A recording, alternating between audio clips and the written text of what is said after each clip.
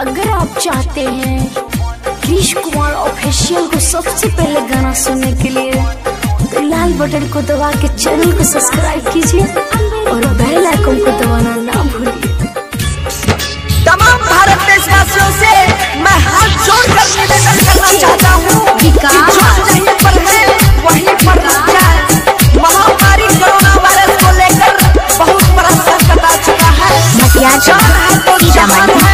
अपने जान को सुरक्षा स्वयं करे और अपने परिवार को भी सुरक्षा स्वयं करे।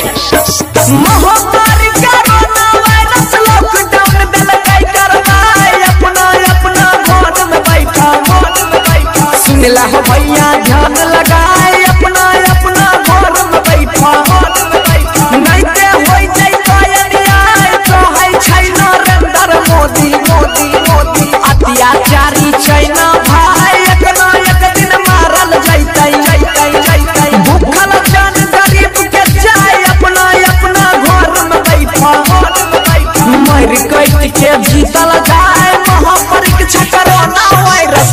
ज्योतिष रिकॉर्डिंग स्टूडियो धाप बजा। अभी आप सुन रहे हैं बंसीधर चौधरी को।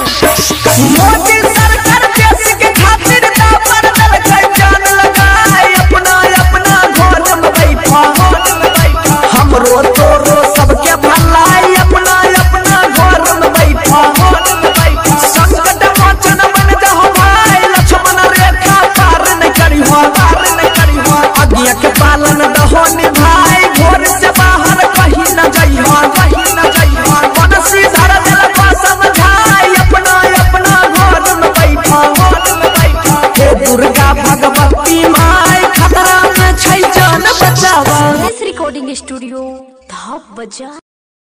अगर आप चाहते हैं